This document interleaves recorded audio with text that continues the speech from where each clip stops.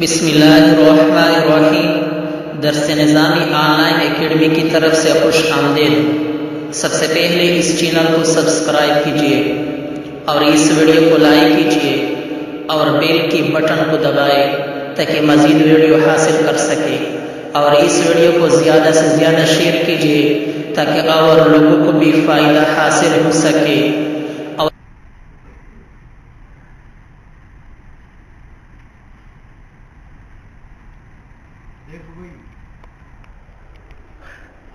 یہ میری زمین ہے، میں نے یہ زمین بیچی زید کے ہاتھ، تو 3 آدمی شفا کرنے کے حقدار۔ ایک وہ آدمی جو میرے ساتھ اس زمین میں شریک ہے، اس کو کیا کہتے ہیں؟ شریک فی الزمین۔ اس کو حق ہے کہ وہ مشتری کو پیسہ دے دے اور یہ زمین حاصل کرے۔ دوسرا آدمی جو اس زمین پر شفا کرتا ہے، یہ وہ ہے کہ وہ زمین میں تو میرے ساتھ شریک نہیں ہے، لیکن نہر اور راستے میں، یعنی میری اور اس کی زمین کی نہر ایک ہے یا راستہ ایک ہے۔ کتنے ہو گئے؟ تیسرا آدمی وہ شفا کر سکتا ہے کہ نہ میرے ساتھ زمین میں شریک ہے، نہ نہر اور راستے میں شریک ہے، صرف پڑوسی ہے، جار ہے۔ کتنے ہو گئے؟ 3۔ یہ بات کل گزر چکی۔ اب 3 شفہاء ہو گئے، لیکن جب تک یہ موجود ہے یہ شفا، اور جب تک یہ موجود ہے تو یہ شفا نہیں کر سکتا۔ اگر یہ نہیں تھا یا تھا لیکن اس نے کہا میں شفا نہیں کرتا، اب کون کرے گا؟ شریک فی الزمین۔ اگر یہ نہیں تھا یا تھا لیکن اس نے کہا میں شفا نہیں کرتا، مگر اس کی موجودگی میں یہ شفا اور اس کی موجودگی میں نہیں۔ یہ معنی ہے وَلَيْسَ لِلشَّرِيكِ فِي الطَّرِيقِ وَالشِّرْكِ، اور نہیں ہے اس آدمی کے لیے جو شریک ہو بائی کے ساتھ راستہ و نہر میں، جو دوسرے نمبر کا شبیہ ہے، اور نہیں ہے جار کے لیے جو تیسرے درجے کا ہے۔ شفعہ نہیں ہے مع الخلیط فی الرقبہ، جبکہ شریک فی المبیع موجود ہے۔ یہ بات پہلے گزری تھی یا نہیں گزری؟ ثم سے ثابت کیا تھا کس سے؟ وَلَيْسَ لِلشَّرِيكِ فِي الطَّرِيقِ وَالشِّرْكِ، اور نہیں ہے واسطے اس آدمی کی جو بائی کے ساتھ شریک ہے راستے اور شرک پانی میں، اور نہیں ہے جار کے لیے کیا نہیں ہے؟ شفا کرنے کا حق۔ کب نہیں ہے؟ مع الخلیط فی الرقبہ، جبکہ بائی کے ساتھ شریک فی المبیع موجود ہے۔ لما ذکرنا انہ مقدم، کیونکہ ہم پہلے ذکر کر چکے ہیں کہ شریک فی المبیع مقدم ہے، شریک فی المنافع پر بھی۔ اور بات سمجھ میں آ گئی؟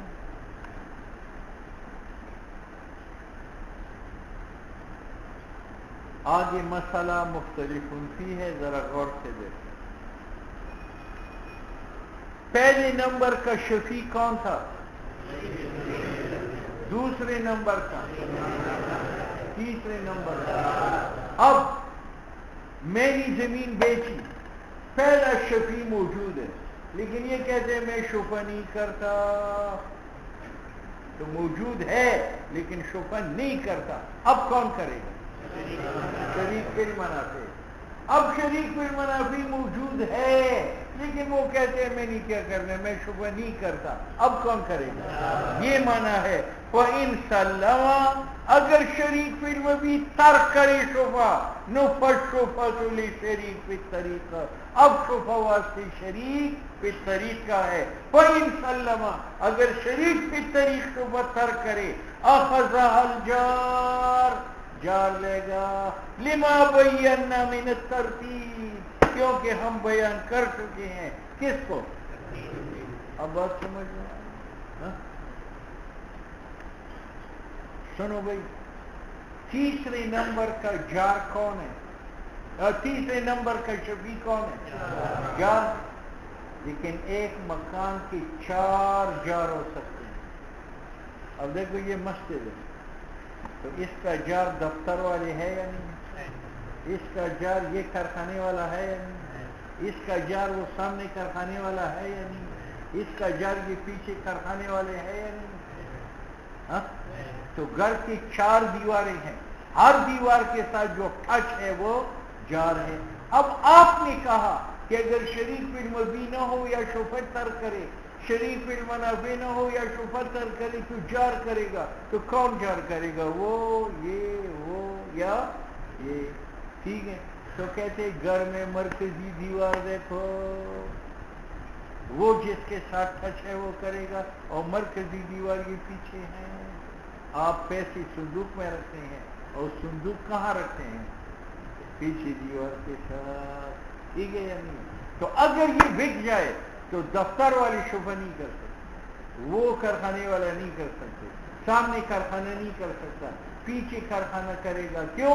وہ داری مبیع کی پیچھے ہے اور اس کا دروازہ اس کی گلی میں نہیں، اس کی گلی تو وہ ہے اور اس کی گلی وہ ہے۔ تو جار کے لیے 2 شرطیں ہیں، ایک شرط یہ ہے کہ وہ علی یمین الدار المبیعہ ہو، علی شمال الدار المبینہ ہو، علی قبال الدار المبیعہ ہو، یا علی ظہر الدار المبیعہ، اور دوسرا یہ کہ اس کا دروازہ اس گھر کی گلی میں نہ ہو بلکہ دوسری گلی میں۔ کیوں؟ اگر اس گھر کی گلی میں ہو تو وہ جار ہوا یا شریک بالمنافع ہوا؟ ہاں، وہ تو پھر دوسرے درجے کا بات سمجھ میں آ گئی۔ والمراد بہذا، اور مراد اس جار سے الجار الملث، وہ جار ہے جو داری مبیعات کے ساتھ متصل ہو۔ متصل تو چاروں ہو سکتے ہیں، کہتے وہ هو الذی علی ظہر الدار المشروعہ، جو داری مشروعات کی پیچھے ہو، وبابہ فی سکۃ اخری، اور اس کا دروازہ دوسری گلی میں ہو۔ اب بات سمجھ میں آ گئی؟ اور اگر اسی گھر کی گلی میں دروازہ ہے تو وہ پھر جار تیسری درجے کا ہے یا شریک دوسرے درجے کا؟ بات مثل میں کیا تھا کہ اگر شریک بالمبیع تھا لیکن اس نے شفعت ترک کر دیا تو کون کرے گا؟ شریک بال، اور اگر یہ تھا لیکن شفعت ترک کر دیا، یہ امام ابو حنیفہ امام محمد کا مذہب ہے۔ امام یوسف فرماتے ہیں جب شریک بالمبیع ہو تو شریک بالمنافع شفعہ نہیں کر سکتا، خواہ وہ شفعہ کرنا چاہے یا، اور جب تک شریک بالمنافع موجود ہے تو جار شفعہ نہیں کر سکتا، خواہ وہ طالب شفعہ ہو یا تارک شفعہ ہو، دونوں صورتوں میں یہ محروم ہے۔ تو جار محروم ہے امام یوسف کے نزدیک شریک بالمنافع کے ہوتے ہوئے، اور شریک بالمنافع محروم ہے شریک بالمباح کے ہوتے ہوئے، خواہ یہ طالب شفعہ ہو یا تارک شفعہ ہو۔ وعن ابی یوسف رحمہ اللہ، اور قاضی صاحب سے یہ ہے کہ انما وجود الشریک فی الرقبہ، کہ جب شریک پہ رقبہ موجود باشد لا شفعۃ لغیرہ، شفعہ نیست برائے شریک بالمنافع، سلم با شریک بالمبیع شفعہ ترک کند، اس طرفا یا حاصل کند۔ ٹھیک ہے، اور وجہ کیا ہے؟ وجہ یہ ہے کہ دیکھو یہ باپ ہے، اس باپ کا یہ بیٹا ہے، اس بیٹے کا یہ بیٹا ہے۔ اب اگر یہ مر جائے یہ تو میراث کس کو ملے گا؟ بیٹے کو یا ابن الابن کو؟ ہاں، ابن کو ملے گا۔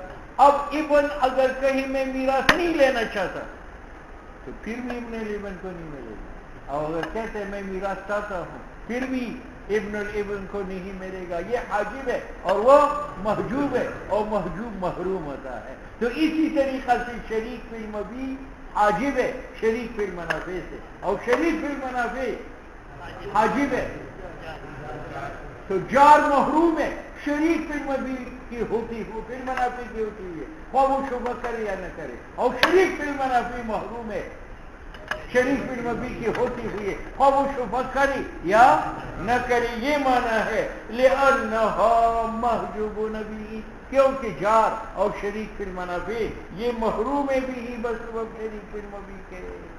اب بات سمجھ میں آ گئی. امام صاحب نے کیا کہا تھا کہ اگر شریک فی المبی موجود ہے لیکن شفا کرنا نہیں چاہتا تو اب کون کرے گا؟ کیوں؟ ہم کہتے ہیں سبب شفے کا کیا ہے؟ اتصالی، اور اتصالی ملکی شریک فی المبی کا بھی ہے بائے کے ساتھ، اور شریک فی نیر میں اتصال ہے، راستے میں اتصال. تو جس طرح سبب شفے کا اس کے حق میں ہے تو سبب شفے کا اس کے حق میں. اتنی بات ہے کہ اس کے لیے حق تقدم تھا، لیکن جب اس نے کہا میں اپنا حصول نہیں کرنا چاہتا تو سبب جو اتصال ہے اس کے بارے میں موجود ہے تو یہ کرے گا. اور جب یہ کہتے ہیں میں شفا نہیں کرنا چاہتا تو سبب جو اتصال ہے شفے کا وہ جار کے حق. جب سبب موجود ہے تو شفا بھی موجود ہے. وجہ ظاہر وجہ متن کا یہ ہے کہ ان سبب شفے کا جو اتصال ہے تقرر وہ ثابت ہے فی حق القال شریک فی المبی شریک فی المنافع. اور جار کے بارے میں الا ان للشریک حق تقدم، اتنی بات ہے کہ شریک فی المبی کے لیے حق تقدم فی شفے کا تھا. فاذا سلم، پس جب اس نے شفا ترک کر دیا نکان لموانیہ، تو شفا اس کا ہوگا جو اس کے پیوست ہے. اور شریک فی المبی کے پیچھے کون ہے؟ اور اس کے پیچھے کون ہے؟ یار ٹھیک ہے. اس کی مثال کہ اگر شریک فی المبی کو شفا کرنا چاہتا ہے پھر تو شریک فی المنافع محروم ہے، اور اگر شفا ترک کرے تو پھر شریک فی المنافع کو شفے کرنے کا حق. اس کی مثال یہ ہے، آج میں صحیح تندرست، میں نے اس سے 100 روپے قرض لیے. یہ قرض زمانے صحت کا ہے یا زمانے مرض کا ہے؟ اور کل میں مرض موت میں مبتلا ہوا تو میں نے 100 روپے اس سے لے لیے. 100 روپے. اب جب میں مرا تو میرے پیسوں میں کل 100 روپے. اس 100 سے وہ صحت ادا ہوگا یا قرض مرض کا ادا ہوگا؟ صحت کا. کیوں؟ اللہ مجھ سے پوچھے گا کہ صحت میں لیے تھے 100 روپے تھے کیوں واپس نہیں کیے، اور مرض میں نہیں پوچھے گا. میں کہوں گا مجھے کمانے کا موقع ہی نہیں ملا. تو اس سے پہلے کہ جب وہ مر جائے 100 روپے اس کے پاس ہو تو وہ مرض والا دین ادا کرے گا یا صحت والا؟ لیکن اگر صحت والا کہے میں نے معاف کر دیا میں نہیں لیتا تو وہ مرض کا دین معاف ہے یا وہ حقدار ہے؟ ہاں یہ معنی ہے بمنزلت دین صحت مع دین مریض. ٹھیک ہے یعنی تو دین مرض کا جو ہے وہ تو ساقط ہے، لیکن اگر دینی صحت والا کہے میں نے معاف کر دیا میت کو تو پھر دینی مرض معاف ہوتا ہے یا وہ لے سکتا ہے؟ تو گویا کہ شریک فی المبی دائن صحت کا ہے اور شریک فی المنافع دائن مرض کا ہے. تو جب دائنی صحت دین لینا چاہے تو دائنی مرض جو ہے وہ محروم ہے، لیکن اگر وہ دین معاف کرے تو شریک فی المنافع جو دائن ہے مرض کا وہ کیا؟ وہ حقدار ہے. صورت ذہن میں آ گئی. اب سنو، سب سے پہلا حق شفے کا کس کو حق؟ شریک مبید. لیکن شریک فی المبید دو قسم کا. ایک یہ ہے کہ یہ میرا گھر ہے اور یہ میرے ساتھ پوری گھر میں شریک ہے، یعنی ایک ایک ذرہ میں اس کا آدھا ہے، ایک ایک بالش میں اس کا آدھا ہے، ایک ایک ذراع میں اس کا آدھا ہے. یہ شریک فی کل المبید. ٹھیک ہے. اور دوسرا شریک ہے فی جدارین، یہ سارا گھر میرا ہے لیکن یہ دیوار مشترک ہے، نیچی زمین بھی دیوار پہ جو کڑی ہے وہ بھی مشترک ہے، خرچہ بھی مشترک کیا ہوا ہے. اب میں نے یہ مکان بیچا تو جو شریک فی الجدار ہے یہ ایسا ہے جیسا شریک فی کل دار، اور شریک فی کل دار مقدم تھا شریک فی المنافع اور جار پر، تو شریک فی الجدار مقدم ہے شریک فی المنافع اور جار پر. بات سمجھ میں آ گئی؟ یعنی شریک مقدم ہے شریک فی المنافع اور جار پر، خواہ وہ شریک ہو کل مبیع میں یا بعض میں، یہ معنی ہے۔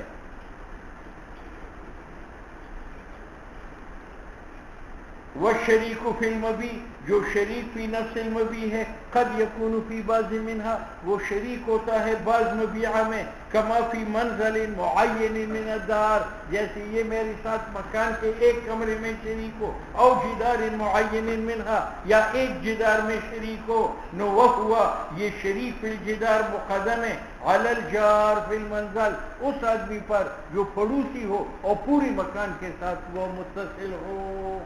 وَقَضَى عَلَى الْجَارِ فِي بَقِيَّةِ الدَّارِ فِي أَصَحِّ الرِّوَایَتَيْن، اسی طرح شریک فی الجدار مقدم ہے اس پر جو جار ہے کل دار کے اندر فی أصح روایتین عن ابی یوسف۔ کیوں؟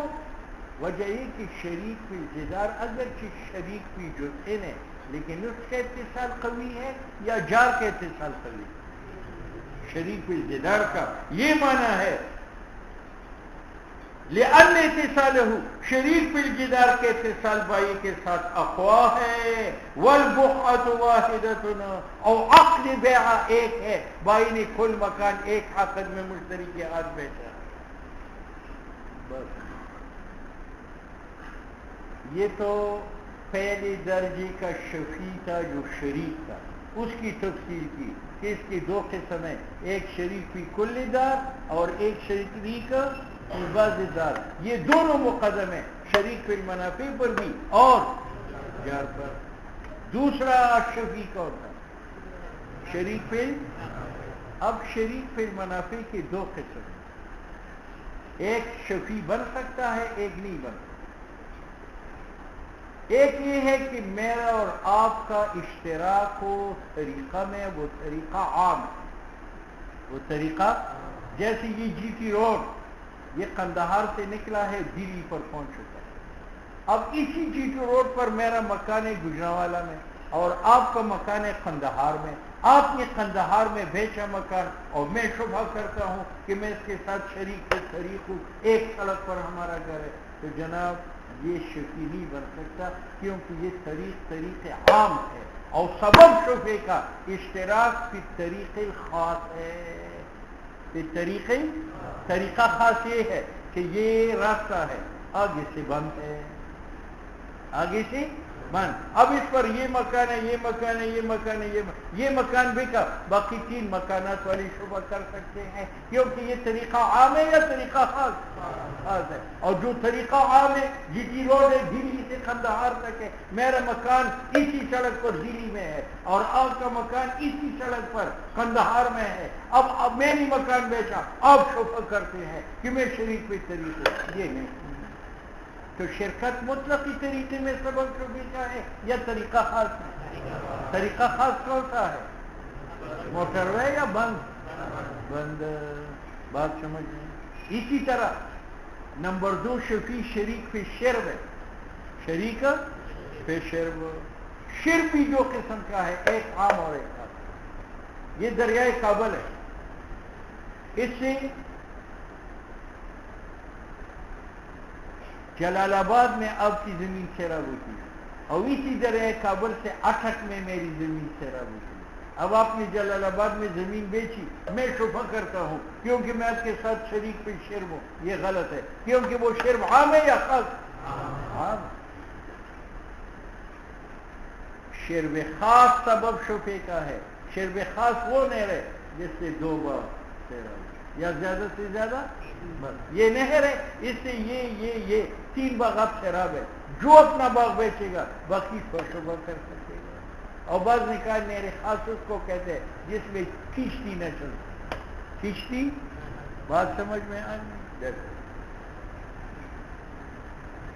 ثم لا بد، یہ دوسری شفیع کی تفصیل ہے، ضروری ہے ان یکون الطریق، کہ جس طریقہ میں شرکت ہے، جس نہر میں شرکت ہے، خاصاً وہ خاص ہو، حتی یستحق، حتی کہ شفیع مستحق ہو جائے شفیع کا بسبب شرکت کی، فیہ شرب خاص اور طریقے خاص میں، نو طریقہ خاص یہ ہے اللہ یکون نافذنا، کہ وہ بھی نظیر نہ ہو، بات سمجھ میں آئی؟ وہ مقرر ہے یہ سبب شبے کا نہیں ہے.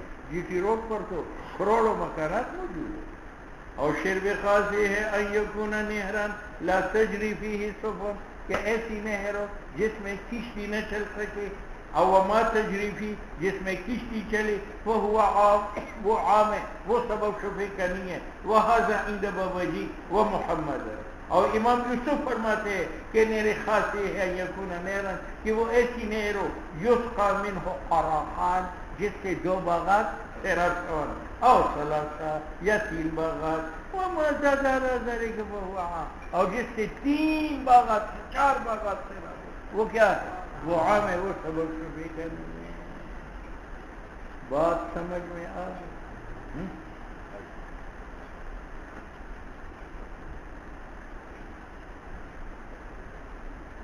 یہ مسئلہ ذرا سنو.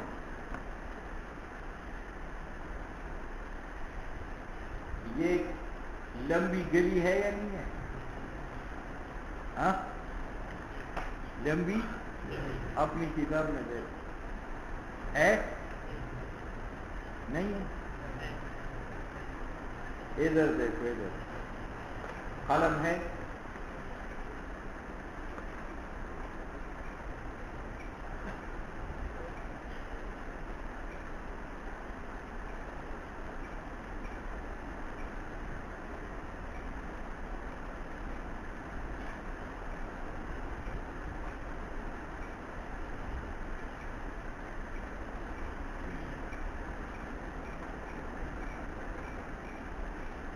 یہ ایک لمبی گلی ہے کہ نہیں؟ آگے بند ہے یا کھلی ہے؟ بند ہے.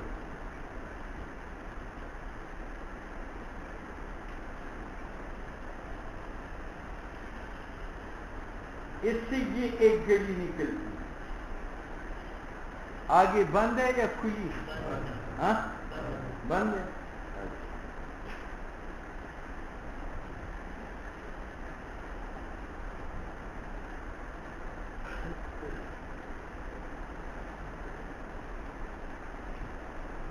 اس پر کتنے مکانات ہیں؟ 4 مکانات.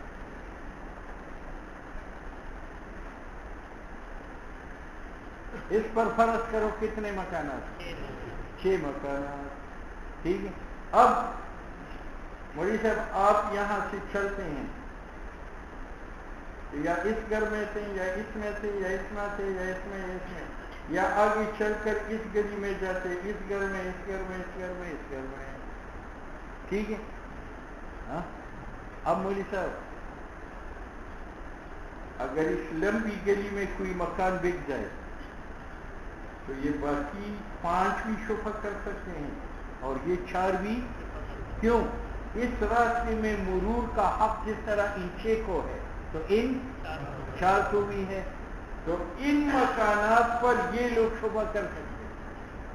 اور اگر اس میں مکان بک جائے تو باقی 3 کر سکتے ہیں، یہ نہیں کر سکتے کیونکہ ان کو اس گلی میں مرور کا حق نہیں. بات سمجھ میں آ گئی؟ ہاں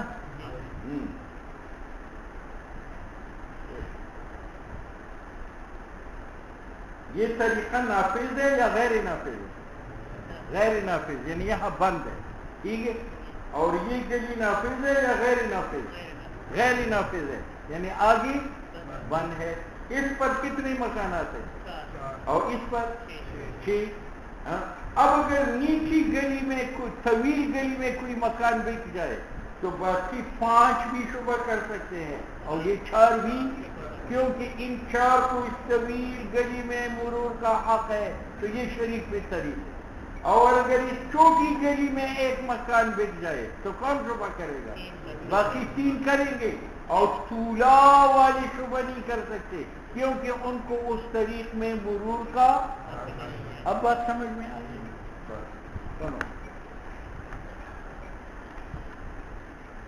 فَإِنْ كَانَتْ سِكَّةٌ غَيْرُ نَافِذَةٍ،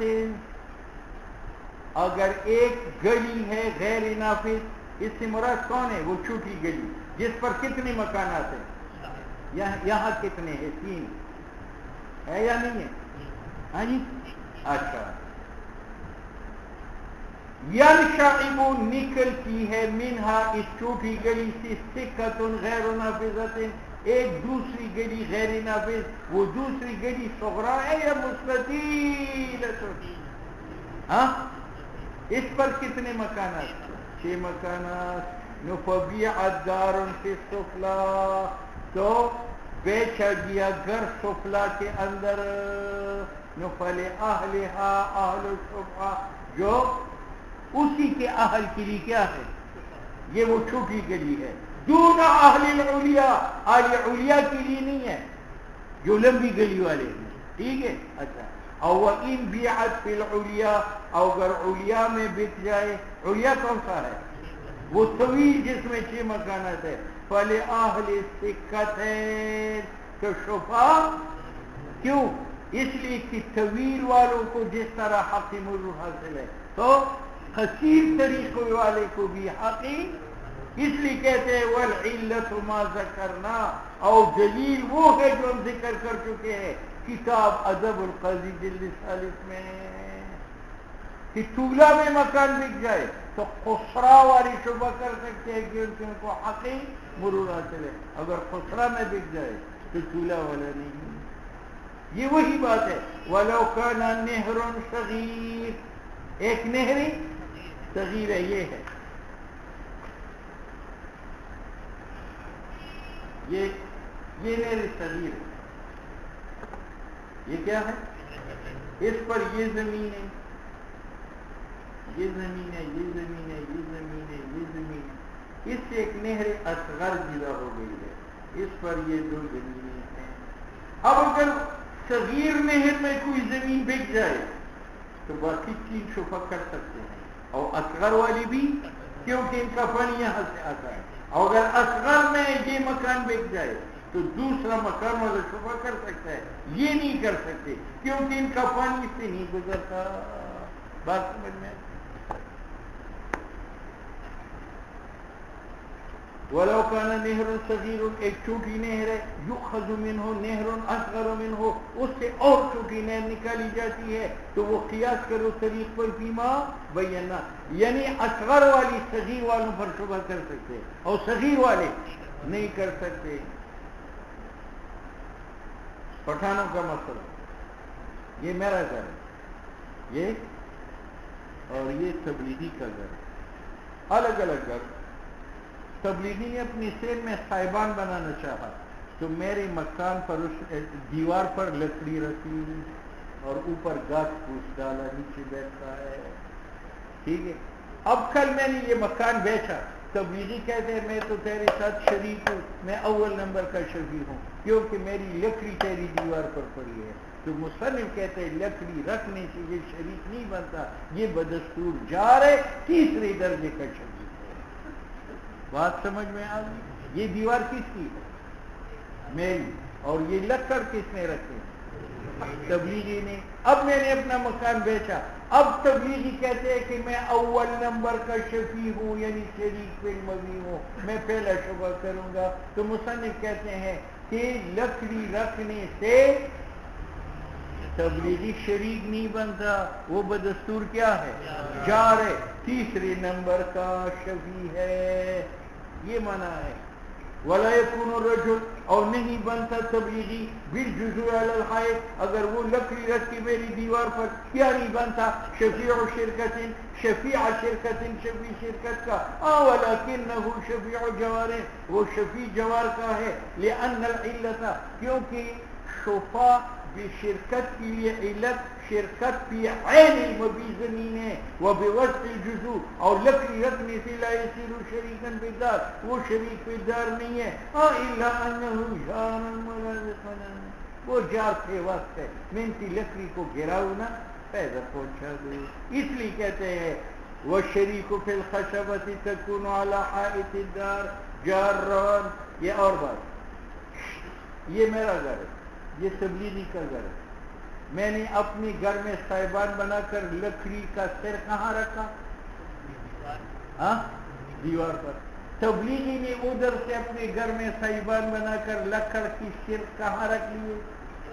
اب مولی صاحب لکڑوں میں اختراق ہوا، یہ لکڑی تبلیغی کا ہے، یہ میری، یہ اس کی، یہ میری، یہ اس کی، تو وہ شریک فل خشبہ بنا، اس سے وہ شریک فل مبی بن سکتا ہے یا نہیں؟ کہتے ہیں کہ نہیں بن سکتا، جار ہے، یہ معنی ہے شریک فل لکڑ تکون کی وہ لکڑ علی حائط دار جار لما بینا. سنتے ہو؟ بس سننا کافی، سمینا وعطینا وَإِذَا.